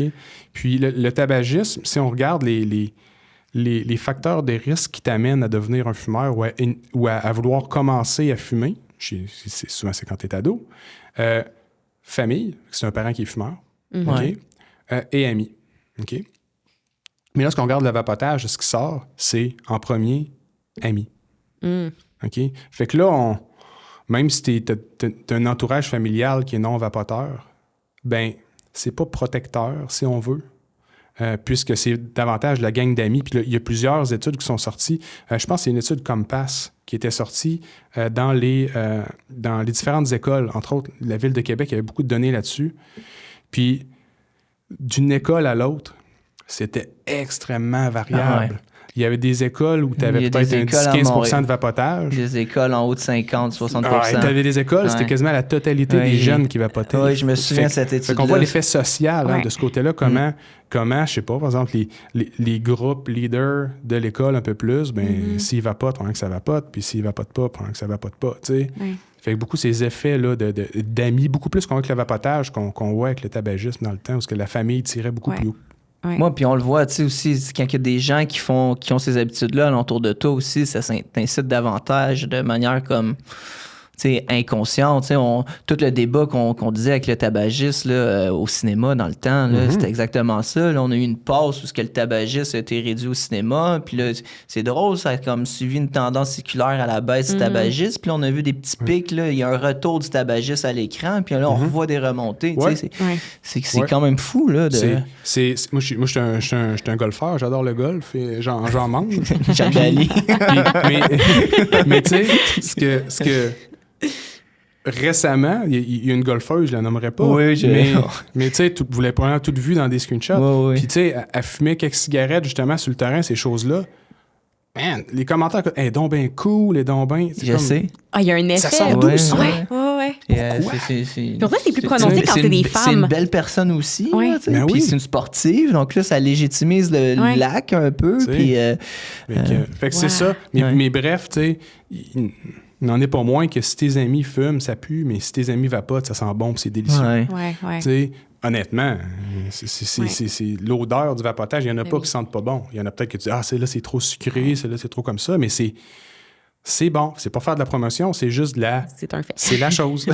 C'est ça. Puis c'est probablement pas un cas isolé, mais moi, je me souviens d'un article dans le journal à l'école secondaire où j'ai été, où justement, il avait été rapporté, dénoncé que c'était comme un jeu ou un espèce de défi que les étudiants se donnaient de sur 5 cours dans une journée, sur combien de cours tu es capable de rentrer ta vapoteuse puis de fumer sans qu'on te fasse prendre. Donc, il y a tout l'aspect de validation sociale, de défi. Puis, je veux dire, c'est un exemple. Je viens de Gatineau, là, mais c'est sûr que c'est quelque chose qui c'est sûr que si tu viens de Gatineau, là, on vous aime le monde à Gatineau. Mais risque qui était plus élevé avec la dinde noire et toutes ces histoires-là. Mais en tout cas, il y a justement cet aspect-là. Moi, à mon secondaire, vapotage, c'est sûr que je suis un petit peu plus vieux aussi, mais nous, vapotage, ça n'existait pas. C'est passé juste ça, c'est ça. Nous, c'était encore les cigares, là, que le monde fumait les petits cigares. Là, je suis quand même 8 ans plus jeune que toi, mais même moi, c'était pas encore arrivé. C'était on dirait 5 ans après que j'ai gradué.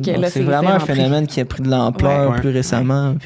Tu sais, jamais je vais en vouloir aux ados. Tu es à un âge où tu essaies tout. Hein, c'est sélectionné ce comportement-là. Hein, puis c'est très bénéfique. Là, le fait qu'à l'adolescence, il y ait beaucoup d'essais qui sont faits parce que ça rapporte en société. Il y a des essais qui sont des échecs, mais il y a des essais que si ça fonctionne, dans le temps, ça rapportait au village, là, dans le temps des hommes des cavernes et tout. Là. Puis après ça, on redevient un petit peu plus conservateur, tranquille, parce qu'on se met dans nos acquis. Mais le problème, c'est que c'est une habitude qui, je le disais, c'est délicieux, c'est le fun, c'est social. Mais si seulement c'était juste ça, c'est parce que tu as la dépendance à la nicotine qui vient avec. Fait que le jour où ça vient plus cool, où ça te tente plus... T'es pogné avec. Tu peux pas dire comme ça, là, je l'utilise plus. C'est fait. Tu sais, je le tasse, je le jette. Non. Tu sais, ton craving qui va arriver, là. Puis là, t'es dépendant. T'es fait, t'es pris avec ça. Puis il y a une minorité de gens qui peuvent arrêter de vapoter ou de fumer, tu sais, qu'on dit cold turkey, là, qui disent moi, c'est fini. Ça, c'était ma dernière cigarette. Puis là, je l'ai mis de côté, puis ça arrive plus. C'est une minorité. Puis malheureusement, sont pris avec ça. Cette dépendance-là. Puis là, c'est peut-être juste une hypothèse, mais j'ai l'impression que parler de cessation tabagique ou d'outils pour vaincre la dépendance à la nicotine, c'est des discussions qu'on est peut-être plus habitué d'avoir à l'âge adulte. Parce que, bon, t'as fumé pendant 5, 10, 15 ans, t'es dans ta trentaine, quarantaine, alors que là, petit coco de 15 ans qui sent qu'il est pogné avec ça, vers qui tu te tournes pour aborder ton arrêt de nicotine? Voilà. Fait que là, il y a ben, je l'ai dit, hein, je la mentionne, c'est l'application Libère. Je ne sais pas si ça vous dit quelque chose. C'est non, moi non plus. C'est QTS, c'est le Conseil québécois Tabac Santé. C'est une application, donc c'est ton cell, c'est cool, hein, puis qui cible principalement les mineurs, justement, pour, tu sais, tu as des textos, des choses comme ça, tu sais, il y a un aspect motivationnel aussi, mais qui existe pour te sevrer de la nicotine, pour arrêter de vapoter. Comment est-ce que tu vas arrêter de vapoter? Tout d'un coup, graduellement, tu sais, ça donne des outils. Mais comme tu dis, elle a acheté des patchs, elle a acheté une corrette, elle a acheté... Tu sais, on ne parle pas de ça nécessairement à des jeunes de 14-15 ans. Là. Puis sans vouloir non Puis ces plus... choses-là, en tout cas, je sais pas, je suis peut-être naïf, mais c'est quelque chose que tu peux acheter à la pharmacie sur les étages ou faut que tu demandes c'est une prescription, ça? Bonne question. Je demande à ma conjointe est pharmacienne. Oui. Mais je pense, y a-tu un âge limite? Il n'y a pas nécessairement d'âge limite, mais aussi... ça doit sûrement être entré dans ton dossier, par exemple. Ben oui. Parce qu'il y a une habitude, encore une fois, chez les jeunes, où tu peux t'acheter une corette puis tu chiques une grande quantité de... Une corette, tu t'exposes à une grande quantité de nicotine. Ouais, ça te donne ton Puis, feeling pareil. Ça donne ton feeling pareil. Même principe que les petites pouches là, qui se vendaient, là, ben, tu te mets ça justement, puis c'est un beau petit rush de nicotine. C'est écrit mettre une à la fois. Non, tu peux t'en mettre 12. Ah, ça, c'est un autre Tant scandale. qu'il en rentre, Ben il en oui, rentre. ça, c'est Ouais. des petits sachets de couleurs en plus. Ouais. Fait que l'arrêt de vapotage chez les mineurs, c'est contre une substance qu'ils ne sont pas supposés avoir accès. Ouais. Tu sais, l'approche. Fait que Libère, c'est L-I-B-A-I-R. On pourrait mettre ça dans la, absolument. la Ben description ça, de l'épisode. Puis, sinon, ben, tu sais, c'est vraiment une approche de sevrage nicotinique. Ouais. Fait que, tu sais, grosso modo, la même chose fonctionne. Là. Si c'est appliqué, puis tu sais, il y a plusieurs ados qui vapotent qui veulent pas le dire à leurs parents aussi. Fait que là, qu'est-ce que tu fais? Ouais, t'es vraiment mal barré. Tu vas en parler à ton TS à l'école, tu vas en parler à, tes amis qui disent non, c'est cool, voyons, continue. La réalité, c'est que probablement que la plupart d'entre eux réalisent même pas les méfaits là, de leur vapotage. Là, ben, ils le ressentent pas. Tant que tu le ressens pas, tant aussi longtemps que t'as pas d'effet quand tu ressens rien, physique, t'as rien. Ouais. Dans ta tête, c'est ça. Mais souvent, ce que je martèle, c'est que chaque maladie ou chaque symptôme est précédé par une période asymptomatique. Ben oui. Ben oui. C'est automatique. Ben oui. C'est sûr. C'est toujours ça. Lorsqu'on parle de maladies chroniques, par exemple, tu sais, quand tes processus de stéatose hépatique ou de maladie de foie se développent, c'est quand que tu vas le sentir? Ben, tu vas le sentir très tard. Hein? Très tard. Ça fait déjà énormément longtemps que ton corps fait comme, bon, ça, là, OK, qu'est-ce qu'on fait avec ça? Comment on gère ça? Fait que c'est la même chose au niveau du poumon, puis je dirais encore pas au niveau cardiovasculaire et tout. Fait que quand tu es rendu à un point à avoir des symptômes, Bon signe. c'est que ton corps t'envoie un message, là, il fait comme là, je suis plus capable. Tu sais, quand tu es essoufflé, là, le jour où tu es essoufflé, exemple, tu fais une infection, quand tu es essoufflé, tu as déjà une bonne partie de ton poumon qui est hypothéquée, là, qui ne peut plus fonctionner normalement. Okay? On a des réserves. On en a des réserves. Tu peux même avoir une petite pneumonie là, silencieuse qui se passe puis qui se résorbe, tu ne le sauras jamais. Mais il y a un lobe pendant ce temps-là qui ne fonctionnait pas très bien. À moins que tu sois un athlète d'élite puis tu as été énormément besoin de tout, ce qui n'est pas la majorité des gens. Quand tu es rendu aux symptômes, c'est que il y a vraiment quelque chose de sérieux qui se passe. Parlant de l'effet sur la santé, j'y ai pensé quand vous avez abordé la golfeuse tantôt pour les femmes. Une question qu'on a reçue dans notre entourage, Kev et moi, on est fin vingtaine, début trentaine, le temps des bébés et tout ça, ça arrive et les questions autour de ça ressortent. Une des questions qu'on a reçues, c'est quel est l'effet du vapotage durant la grossesse? Puis, j'ai trouvé une revue systématique récente qui a été publiée cette année en 2024 qui a regardé 26 études sur l'effet du vapotage sur différents marqueurs de santé chez les femmes enceintes, en période postpartum, l'effet sur le fœtus et les enfants. Et résultats difficiles à interpréter en raison de la qualité variable des études, données mixtes. Donc, ça me fait penser quand vous dites les gens qui vapotent en ce moment sont des cobayes, ben les femmes enceintes qui vapotent, ce qu'on a comme réponse en ce moment sont aussi des cobayes. Absolument. Puis quand on parle aussi d'effets sur le fœtus, l'effet sur l'enfant, ben c'est l'effet aussi sur le futur adulte. Ben oui, OK? ça, ben ça prend un suivi qui est très, très long. La nicotine, c'est connu pour avoir des effets sur le fœtus. Tout ce qui est risque, là, beaucoup justement de... Poids à la naissance. Oui, poids à la naissance, après ça, risque de diabète. OK. Ouais. Des liens avec la gestion des masses grasses, des choses comme ça. Ouais. OK? Ça, c'est la nicotine, c'est pas le tabac. Le tabac, il y a beaucoup de recul là-dessus, même si on recule de plusieurs décennies. Les femmes qui avaient des gros bébés, des fois, les médecins ils disaient, ben fume, ça va faire des plus petits bébés, ça va être plus facile. Bordel. Tu sais, puis là, on recule de loin, Ouais. mais c'est juste que dans ce temps-là, ce message-là, c'était correct. OK? Parce qu'il n'y avait pas nécessairement les connaissances. Mais non. Mais là, maintenant, on a les connaissances. Mhm. Puis on a été capable de maturer ces connaissances-là, puis de les maîtriser. Fait que là, on sait que ce commentaire-là, ça n'a aucun sens. Là, il va y avoir des conséquences autres que ça. Oui. Là, tu sais. Il y a une raison pourquoi le bébé est plus petit. Là, tu sais. Fait que le vapotage, c'est un peu la même chose. Tu sais. Présentement, ben, on a les connaissances qu'on a. C'est difficile d'avoir une réflexion mûrie par rapport au vapotage parce qu'on n'a pas assez de recul.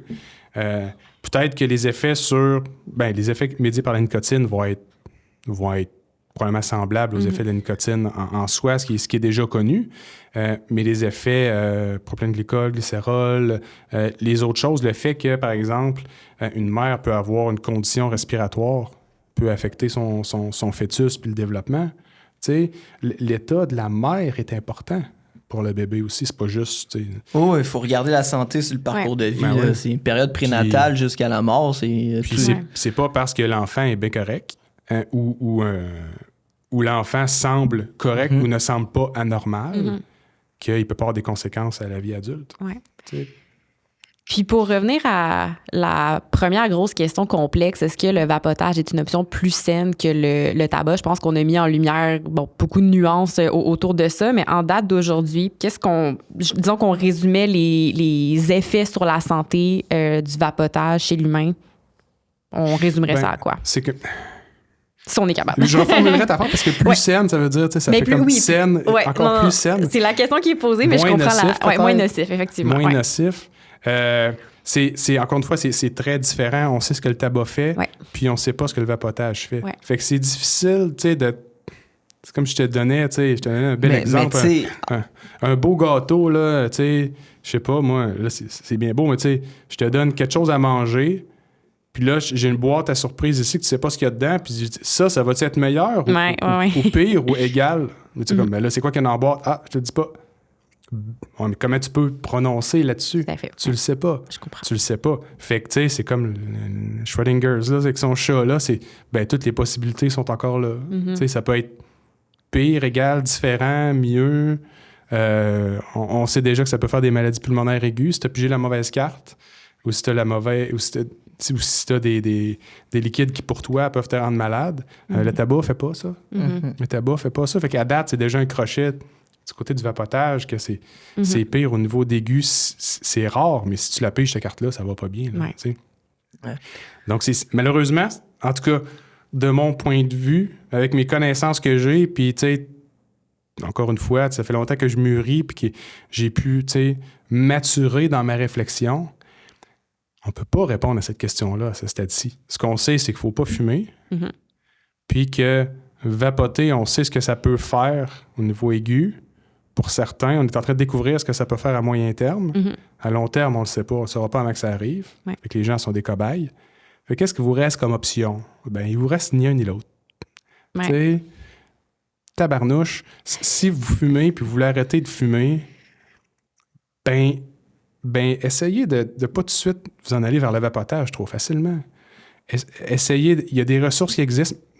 La prévention contre le tabagisme, c'est un enfant mal nourri, là. C'est fou, là. Il y aurait tellement moyen d'être meilleur que ça. La transition par le vapotage n'est pas nécessaire. Elle est vraiment pas nécessaire. Tu sais? Fait que le sevrage est possible sans vapotage. Fait que devenez donc un respirateur d'air à la place. Puis surtout quand tu as mentionné... J'aime ça, c'est un respirateur d'air, parce que fondamentalement, tu sais, on est fait pour ça, respirer de l'air. Mais surtout, quand je repense au début, quand on a comparé un peu la quantité de nicotine qui peut se retrouver dans une vapoteuse par rapport à une cigarette, si ce qui fait en sorte qu'on reste accro à la cigarette, c'est la nicotine, puis là, on se tourne vers une option qui en contient 10 fois plus, on est pris dans le même problème. Mais qui peut en contenir plus, en même temps, il y a quand même des très bonnes méta-analyses qui comparent les différentes méthodes de cessation tabagique. Puis il semblerait chez les personnes qui ont effectivement épuisé toutes leurs ressources que la cigarette électronique pourrait être un bon outil de cessation tabagique. Chez ces personnes-là, spécifiquement. En dernier recours, oui. Mais tu l'as bien dit, peut-être en dernier recours après. Chez ces utilisateurs-là, puis c'est pas une majorité. Mais il faut pas oublier aussi que la vraie vie, c'est pas un essai clinique. Non. Ah ouais. OK? C'est vrai, ça. Le real life, là, la vraie vie, c'est vraiment pas un essai clinique. Puis quand je présente, j'ai tout le temps cette slide-là. Là, t'as le suivi clinique et tout qui vient avec l'essai clinique pour maximiser le succès versus la vraie vie que tu peux aller voir ton gars au vape shop puis il dit hey, c'est ça, man, c'est comme du bon vin. Tu sais, c'est marchand de rêve. C'est pas la même chose parce que lui, il veut te vendre le produit. Il veut pas nécessairement que tu arrêtes de fumer. Alors, s'il arrête de fumer, il est bien content, tu vas commencer à vapoter. Il va vouloir te garder à vapoter. Dans un contexte clinique encadré, on diminue la dose, etc. Ça peut fonctionner. La plupart des contextes cliniques qui comparaient les deux, il y avait pas de... Le but, c'était pas un sevrage nicotinique, c'était une transition. Fait que ces gens-là, mettons, il y en avait davantage que les thérapies de remplacement nicotinique standard qui avaient arrêté de fumer avec les cigarettes électroniques qui contenaient la nicotine, suivi à 1 an. Mais après ça, il avait-tu recommencé? Exact, c'est Combien ça. d'eux autres étaient encore des vapoteurs? En fait, c'est pire que ça. C'est ça. Je pense que dans les études recensées, là, il y en a 88 quand même. Des études cliniques, des études d'observation sur le sujet. Là. Puis le suivi maximal, c'est 2 ans. Donc, 2 ans sur une vie de 90 ans, puis c'est une étude ou 2 études là, à 2 ans, donc sur une vie qui peut durer longtemps. Et pour une population relativement nichée. Ouais. Ça veut dire des gens plus vieux qui veulent arrêter de fumer, qui ont tout essayé et tout. OK? Donc, encore une fois, les essais cliniques, c'est pas la vraie vie parce que les vapoteuses sont accessibles à tout le monde. Puis là, tout le monde majeur? Non. Tout le monde. Tout le monde. Tout le monde, oui. OK? On n'est pas dans un domaine où on est juste « Ah, ben là, c'est légal, il n'y a rien d'autre qui existe. » Non. Faire du liquide de vapotage, c'est facile. Dans le labo, on en fait pour nos expériences puis tout. Dans un, c'est très lucratif. Là. Commencer à vendre ça, ça serait fou. Ça coûte rien. Je comprends pourquoi les gens ils utilisent ça comme moyen de faire des sous. Si t'as pas ta prochaine subvention... Oui, c'est ça. Mais tu sais, ça coûte rien. Puis c'est hyper facile à vendre. C'est hyper facile. Tu peux commander plein de trucs de partout. Mais oui. Même... Faut arrêter de se mettre la tête dans le sable. Non, on a banni les saveurs ici au Québec, mais le monde peut commander en Ontario, l'autre bord, puis ça vient chez toi au seuil de ta porte. T'as même pas besoin de sortir de chez toi. Là. Je suis honnêtement curieuse s'il y a des données sur... Depuis qu'ils ont banni les saveurs, est-ce que l'utilisation de vapoteuses avec des saveurs a réellement diminué? Honnêtement, c'est anecdotique, mais j'ai pas l'impression. Je me promène dans la rue, je les sens encore. C'est une bonne question. Les gens qui s'approvisionnent... Parce qu'il y a des gens qui s'approvisionnent juste sur le marché légal. Ouais. Tu sais, beaucoup. Ouais. Peut-être, eux autres doivent être plus influencés, qui allaient juste au vape shop, qui faisaient ça. Il y en a beaucoup, des gens que je connais, qui ont transitionné vers l'en ligne. Ben oui. Moi, je fumais dans le saveur, puis là, je peux plus l'acheter, mais je vais me l'acheter en ligne. Ah oui. OK. Fait que ça, c'est une autre proportion. Puis la proportion qui soit utilisait des produits contrefaits ou faits maison, eux autres sont pas vraiment touchés. Là. La réalité, là, c'est d'entrée de jeu, on aurait dû apprendre du tabagisme puis juste comme pas intégrer les saveurs au départ. Là, je veux dire, on vend un dispositif addictif, on met des saveurs dedans, on sait très bien que c'est attrayant, particulièrement pour les jeunes. Ouais. Puis après, on essaie de réparer les pots cassés. C'est ça. Le vapotage est entré dans le marché comme une tonne de briques, avec aucune régulation. Aller de l'autre côté de la frontière, au sud, là, c'est encore moins régulé. Le vapotage, il y en a partout. Même en Ontario, il y a des trucs. Là, les compagnies de tabac sont intelligentes. Là. À un certain moment donné, tu n'avais plus le droit d'afficher le dispositif. Donc, tu ne pouvais pas vendre ton bidule sur un présentoir. Ils ont fait des impressions 3D. Donc, ça a pris 2 ans avant de retourner en cours puis de revenir sur cette décision-là. Mais pendant 2 ans, ils ont pu afficher quand même leur dispositif. Là. Ça aurait dû être quand même tu sais, c'était vendu comme un moyen d'arrêter de fumer. Ça aurait dû passer à travers les différentes étapes. d'homologation pour essayer de diminuer les risques. Diminuer les risques, c'est pas juste « Ah, faut pas mettre ça, faut pas mettre ça ». Non, non. C'est de quelle façon ça peut être utilisé par la population. C'est quoi le mécanisme d'accès à cette chose-là? Si on recule dans un monde idéal, puis que c'est juste une façon d'arrêter de fumer, ben d'un, il n'y a pas nécessairement de saveur, ou très, très, très limité. Puis deux, ben tu vas te le chercher à la pharmacie. Ben oui.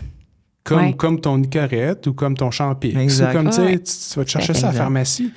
Pourquoi c'est rendu, tu sais, déjà qu'on a le foutu tabagisme, puis les cigares, puis tout le reste, que là, c'est en vente libre. Mais là, pourquoi ça a été mis en vente libre tout de suite? Puis ça, ben c'est le lobbying, c'est tout. Un jour, on fera pas le post-mortem, malheureusement, parce que c'est une habitude qui est là pour rester. Hein? C'est plate à dire comme ça. Mais on en saura plus sur comment ça a été, ça a été apporté dans nos vies, cette chose-là. Puis là, on a beaucoup parlé justement des effets sur la santé, mais on voulait parler aussi, côté santé publique, quelles sont les mesures, soit qui existent ou qui pourraient être mises en place pour réduire les méfaits associés au vapotage. Là, bon, je me tourne un peu vers Kev de par ton background en santé publique. Mais toi aussi, Mathieu, c'est ça qui baigne dans le domaine. Puis pour moi, il y a peut-être deux questions au niveau de la santé publique, mais je pense que considérant la prévalence de l'usage chez les jeunes, qu'est-ce que les parents peuvent faire ou quelles discussions les enseignants à l'école. Puis bon, on n'est pas des experts en éducation, mais disons qu'on cogite un peu là-dessus. Je lance deux grosses questions, mais... Oui, c'est énorme, mais moi, je vais redire, comme Mathieu a dit depuis le début, là, on manque encore de recul, puis cependant, ça prend pas la tête à Papineau pour savoir que qu'est-ce qui s'appliquait, par exemple, au tabagisme, ou même au cannabis, on en a parlé dans notre autre épisode, là, prévention des méfaits, pourrait s'appliquer aussi au vapotage, tu sais. Puis la première étape, c'est de ne pas s'initier. Ou de retarder l'initiation. En réduction des méfaits à l'échelle populationnelle, c'est déjà ça. Là, après, comment qu'on s'y prend pour faire en sorte que les gens s'initient pas au vapotage, ça, c'est une grande question. Mais ensuite, tu sais, c'est le même principe qu'inhaler du cannabis ou fumer la cigarette. Là. Si on est fumeur ou qu'on vapote, c'est de prendre des bouffées qui sont moins profondes, essayer d'espacer les moments de consommation, de faire moins fréquemment, I guess. Mais encore là, c'est tout hypothétique. Là. Ça demeure à être testé. Là. Si on regarde l'habitude qui est extrêmement meurtrière, qui est le tabagisme, la diminution du taux de tabagisme a suivi l'augmentation des connaissances sur les effets. Ça fait que c'est pas compliqué. Si tu veux guider la population sur le bon choix à faire, guider les gens sur le bon... Moi, j'ai ça, j'ai des enfants, puis quand ils étaient jeunes, ça marchait comme ça, parce qu'ils sont trop jeunes pour comprendre. Fais pas ça. Pourquoi? Fais-le pas. Mais là, ils ont une littératie, sont capables de comprendre. Tu fais pas juste dire fais-le pas. La question, ben là, c'est pourquoi. Si tu n'as pas de bon argument, ben là, tu as l'air de quoi? Okay? Fait que quand je dis c'est les connaissances qui sont importantes, si on dit aux gens vapotez pas, pourquoi? C'est mauvais. Ouais, comme ça, c'est mauvais. Non, mais ça, c'est comme la terre. C'est la première chose comme jeune tu vas faire. Si on te dit de pas faire ça, c'est ça que tu le fais. Exactement. Mais moi, ce que j'aime bien, c'est mettre les gens... Donner les capacités de faire leur choix. Tu as des gens qui sont moins sérieux, tu as des gens qui le sont plus. C'est comme ça. Mais ce que tu dis, garde, l'habitude que tu es sur le bord d'essayer, ben ça te met à risque de ça. Prends ta décision, OK? Mais tu t'exposes à ça, OK? La personne fera son choix. Parce qu'une fois que la personne a fait son choix, elle l'a fait. Elle ne reviendra pas vraiment en arrière. T'sais. Mais si advenant que c'est simplement des mesures nécessairement non guidées, ben c'est difficile dans l'esprit de dire « Ouais, mais là, pourquoi? Il n'y a pas de pourquoi, puis je comprends pas. » Fait que si son choix est fait de vouloir commencer à vapoter, ben qu'est-ce qui va arriver? Ben il va contourner ces mesures-là. T'sais, son choix... les personnes n'étaient pas assez satisfaites des risques potentiels. Puis c'est comme, non, je vais vapoter, puis je vais contourner les lois, puis c'est tellement facile. Ben oui. OK? Fait que puis tu sais, c'est mon côté de chercheur, sans vouloir, tu sais, prêcher pour ma propre paroisse, mais la recherche est extrêmement importante de ce côté-là, parce que c'est nous autres qui apportent les connaissances. Puis c'est soit la recherche qui apporte les connaissances sur ce qui risque d'arriver puis qui peut arriver, ou, ben c'est les cobayes, là. C'est les cobayes qui vont commencer à être malades. Puis quand je dis cobayes, c'est plate, mais c'est les gens qui vapotent présentement. c'est eux autres qui vont tomber malades, qui vont développer des maladies chroniques. Puis là, on va dire, ben là, un chercheur va arriver, ou on va dire, ben j'ai trouvé que le vapotage faisait ça. Ouais, il me semble qu'on est 10 ans trop tard. On aurait-tu pu le prévoir, ça? Mm-hmm. Tu sais, c'est Einstein qui a dit, hein, les intellectuels règlent les problèmes, mais les génies les préviennent. Mm-hmm. OK? Je ne dis pas du génie du tout, là. Mais c'est juste pour dire à quel point la prévention est importante, puis à quel point l'énergie de prévention passe par l'augmentation des connaissances à un sujet. Mm-hmm. Puis si cette augmentation de connaissances-là, finalement, c'est pas si pire, ben la personne intégrera ça dans son cheminement, puis dans son choix, puis dira, bon, ben moi, je choisis de vapoter. OK, tu as fait ton choix. Mm-hmm. OK? Mais j'aime beaucoup laisser les gens, surtout les jeunes, parce que forcer, ça marche pas. Tu sais, juste diminuer l'exposition, juste diminuer le fait que c'est plus difficile d'avoir accès. Bon, ben là, augmenter le prix. C'est des choses qui ont... Ça a montré, ça a fonctionné avec le tabagisme. Puis il y a beaucoup de données de ce côté-là, mais là, quand le prix allait trop, ben, il y avait le côté légal qui prenait de la place. Ouais. Fait que c'est toute cette balance-là. Il y a une pyramide dans les interventions de santé publique, puis au top de la pyramide, c'est la restriction. C'est la dernière étape, là, c'est d'éliminer complètement la chose, puis ça, c'est quasi impossible à faire. Là. Il y a la Nouvelle-Zélande qui essaie de le faire avec le tabagisme. Ben, le tabagisme, puis ça, c'est pas fou. Ce que la Nouvelle-Zélande a fait, a dit, il n'y a pas un âge minimal pour acheter des produits de tabac.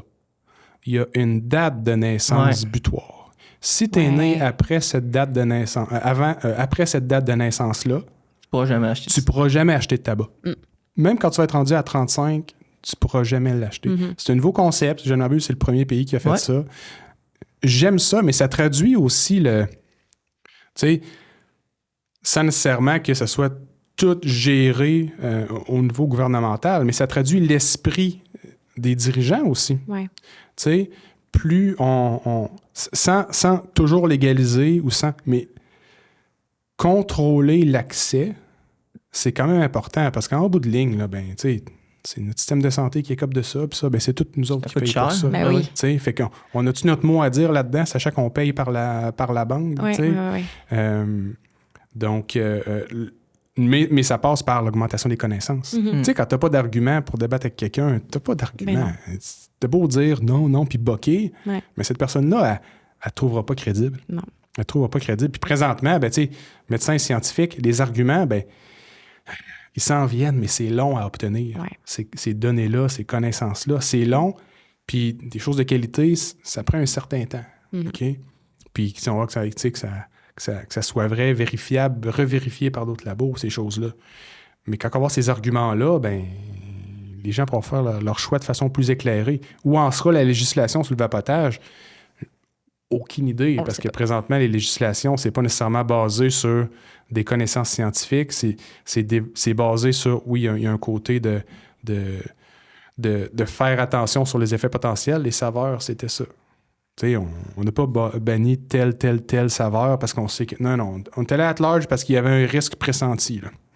Oui, pour l'initiation, parce que c'était attirant, mais aussi parce qu'il y a beaucoup un aspect respiratoire puis biologique de la santé qu'on ne connaît pas à propos des saveurs lorsqu'on les inhale. Fait que ça a été tassé.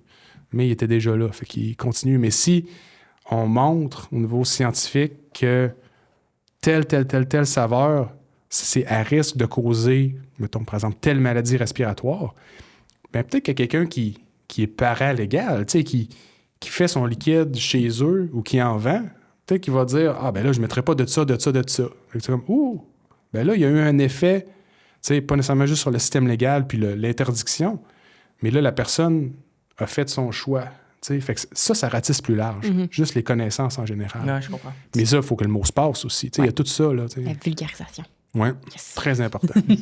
Mais pour les parents, ça, je pense que c'est important d'en parler dans l'épisode sur le cannabis. Puis des fois, je peux faire des parallèles avec ma pratique comme nutritionniste quand les enfants se mettent à manger des choses en cachette. Puis là, les parents arrivent avec l'approche très restrictive. Puis l'effet est presque automatique. Les enfants vont juste plus se garrocher dans les bonbons. Puis je pense que pour les parents, les enseignants, c'est d'être au courant de la problématique puis de garder un canal de communication avec les jeunes pour que les jeunes soient à l'aise de se tourner vers un adulte pour en parler au lieu de se réfugier dans l'habitude puis de plus savoir vers qui se tourner.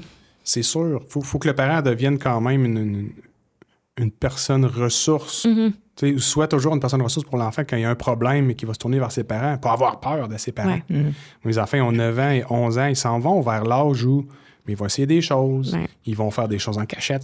Tu sais, mais s'il y a un vrai problème ou une habitude, des choses comme ça, ben je veux qu'ils puissent venir m'en parler. Tu sais. Puis ça, ben premièrement, être à l'écoute, puis pas juger, là. Tu sais, t'es donc bien con, t'as commencé à vapoter. Ça mène nulle part, ça. Puis encore une fois, je suis pas intervenant social ou rien, là. Mais tu sais, c'est juste du gros bon sens. T'écoutes la personne, puis t'es dans une résolution de problème. Pourquoi t'as commencé à vapoter? Ah, ben là, c'est mon ami Jérémy, il a apporté ça, son grand frère, il en fait, puis tout. Tout le temps Jérémy. OK, ouais. Ben, avant, c'était Kevin, maintenant, c'est Jérémy. J'aurais pu penser ça. Kevin, ça aurait été pas pire. Puis, mais tu sais, fait que là, tu comprends la raison. Tu sais, d'où ça vient, puis là, ben, tu peux peut-être, ben, je sais pas, en parler, je sais pas si tu connais la famille, tu sais, mais pas blâmer le jeune.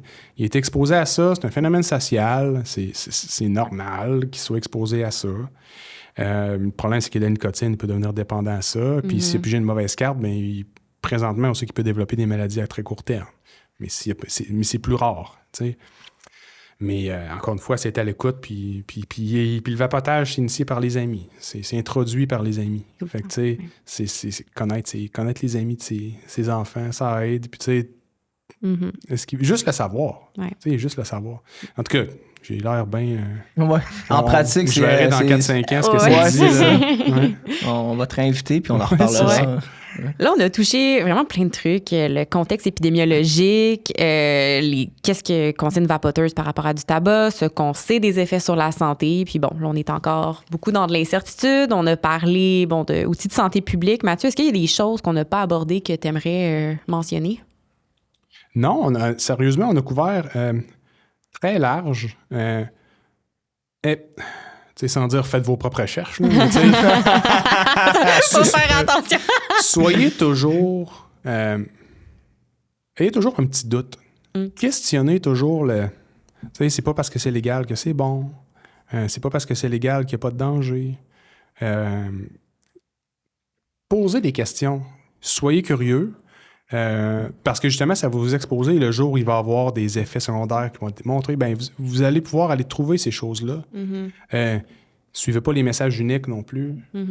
C'est le classique. Là, au niveau scientifique, on est habitué à plusieurs sources, mais en général, les personnes qui sont pas nécessairement dans le domaine de la science vont souvent écouter la personne qui parle le plus fort. C'est toujours ça. Puis ça, ben, c'est contexte dépendant. Ça dépend avec qui vous êtes, ce que vous écoutez. Fait que toujours avoir un regard critique, c'est jamais mauvais, ça. C'est jamais mauvais.